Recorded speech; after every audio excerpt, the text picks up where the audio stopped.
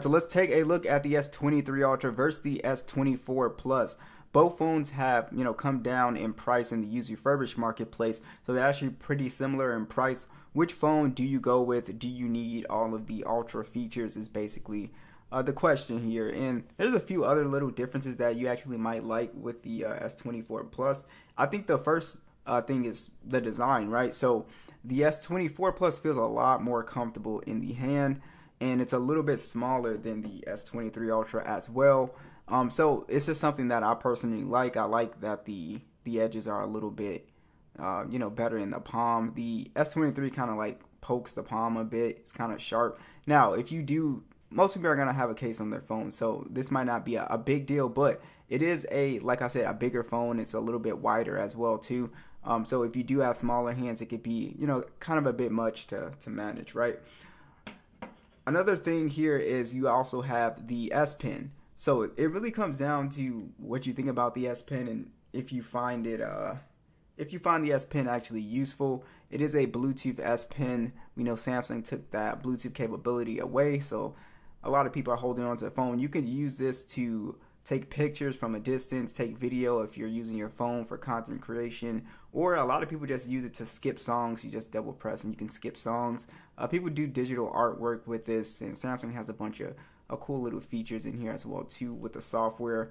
It really comes down to, if you find the pen interesting. If not, it's, even more of a reason to kind of get the S24 Plus, because that's kind of like a big reason why people buy these Ultra phones.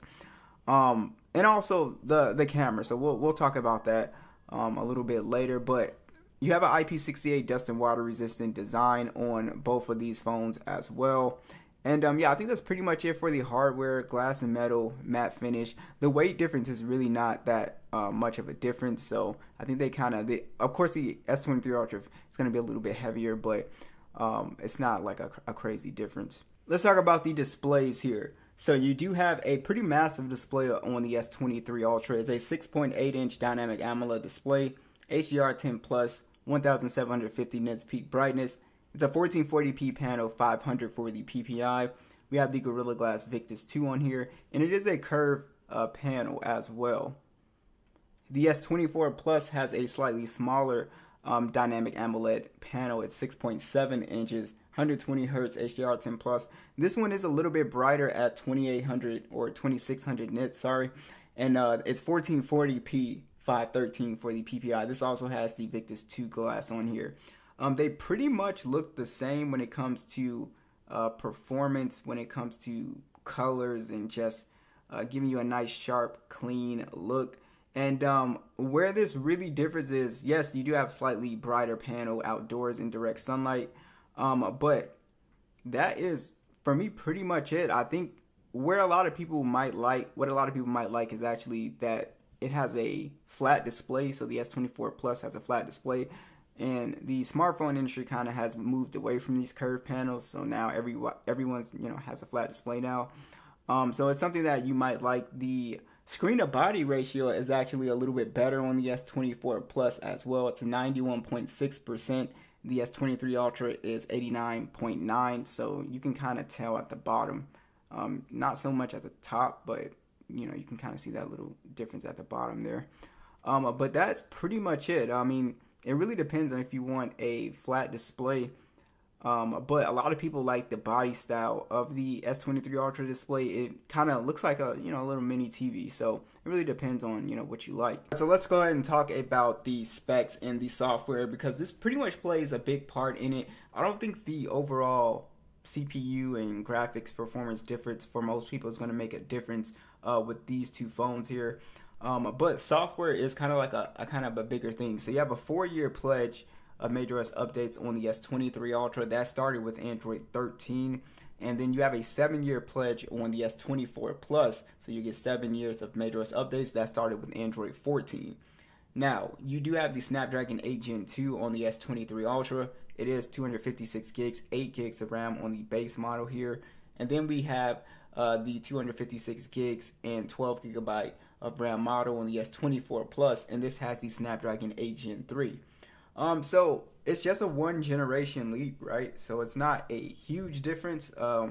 The 8 Gen 2 on the S23 Ultra is extremely good, so I don't have an issue with performance on this phone. Phones are going to perform pretty similar in terms of just general performance, and also the S23 Ultra still does a really good job with gaming performance and just being able to manage opening up a lot of applications and remaining smooth with animations. So as you guys can see, they're pretty much identical when it comes to just opening stuff. So there's not really a big jump in speed here for most people here. Where you can kind of see maybe a bit of a difference here is if you do video editing, the rendering will take less time on the S24 Plus. Let's open up Temple Run.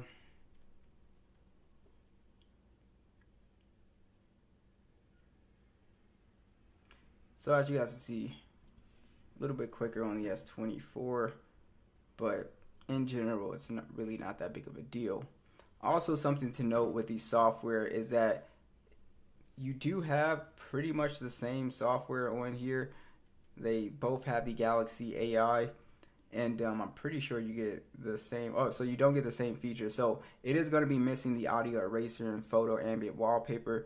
So that is something. So you don't get all the features, but a lot of the essential Galaxy AI features are here. Your circle to search and your updated Gemini is going to be on both as well too. But besides the Galaxy AI stuff, you pretty much have the same features for the most part on here, which is really nice. So like I said, speed difference when it comes to general performance, and even if you're more on the power user side, it's just not that big of a deal. As you guys can see, we're getting pretty much the same performance here in PUBG. We can play at 120 frames. I don't have any type of heating problems with the S23 Ultra, so that's not a big concern for me. So if you are someone who likes to do mobile gaming, of course performance is going to be better on this 8 Gen 3 here. It's overall, it's going to be better when it comes to the benchmarks, but I think in the real world the performance is pretty similar, and like I said, you can do similar gaming on both of these phones. Check out these speakers at max volume. We'll start with the S24.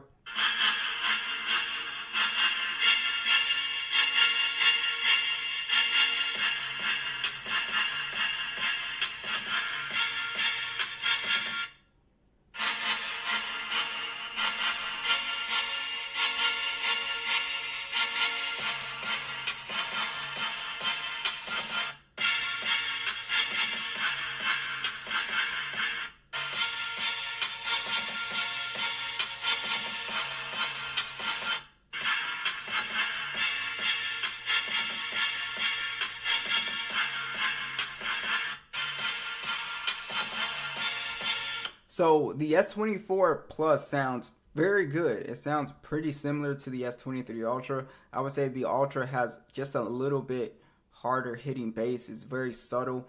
But I'm actually pretty impressed with the S24 Plus because I thought there was going to be a much bigger gap here. But that gap, you really won't see like a bigger gap between these speakers until you get like to the S24 Ultra, the S25 Ultra. You see a slight elevation in speaker quality, but these sound pretty similar. They're pretty much on par with each other, with the S23 Ultra being a little bit sounding just a little bit better. The camera situation is probably one of the biggest deciding factors here. Basically, you're going to be giving up the periscope telephoto lens essentially here with the S23 Plus. So it has a 200 megapixel standard, 10 megapixel telephoto 3 times, and then another periscope telephoto lens, 10 megapixels, and that goes to 10 times, and it'll get you all the way up to 100 times zoom. It also has a 12 megapixel ultra wide. It can shoot in 8K 24 and 30 with a 12 megapixel selfie that shoots in 4K 60.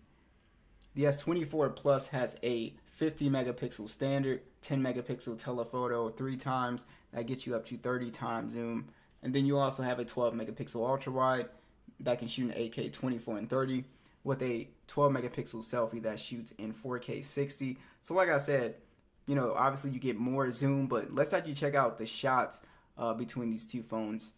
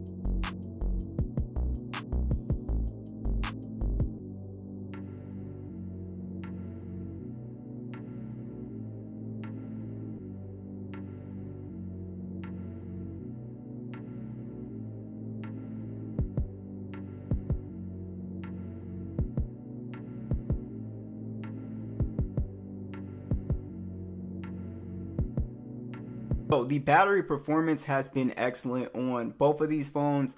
The S23 Ultra was like the first Samsung flagship for me personally where I really noticed just having good battery life, all day battery life, coming from using the S22 Ultra as a, main device. And this was such a big jump because of the chip efficiency. It's the same thing with the S24 Plus. It just, even better chip here. So the battery life is great on both. They pretty much have similar performance here, or similar size batteries at 5,000 milliamps on the S23 versus the 4900. And they actually charge the same at 45 watts, and they have wireless and reverse wireless charging.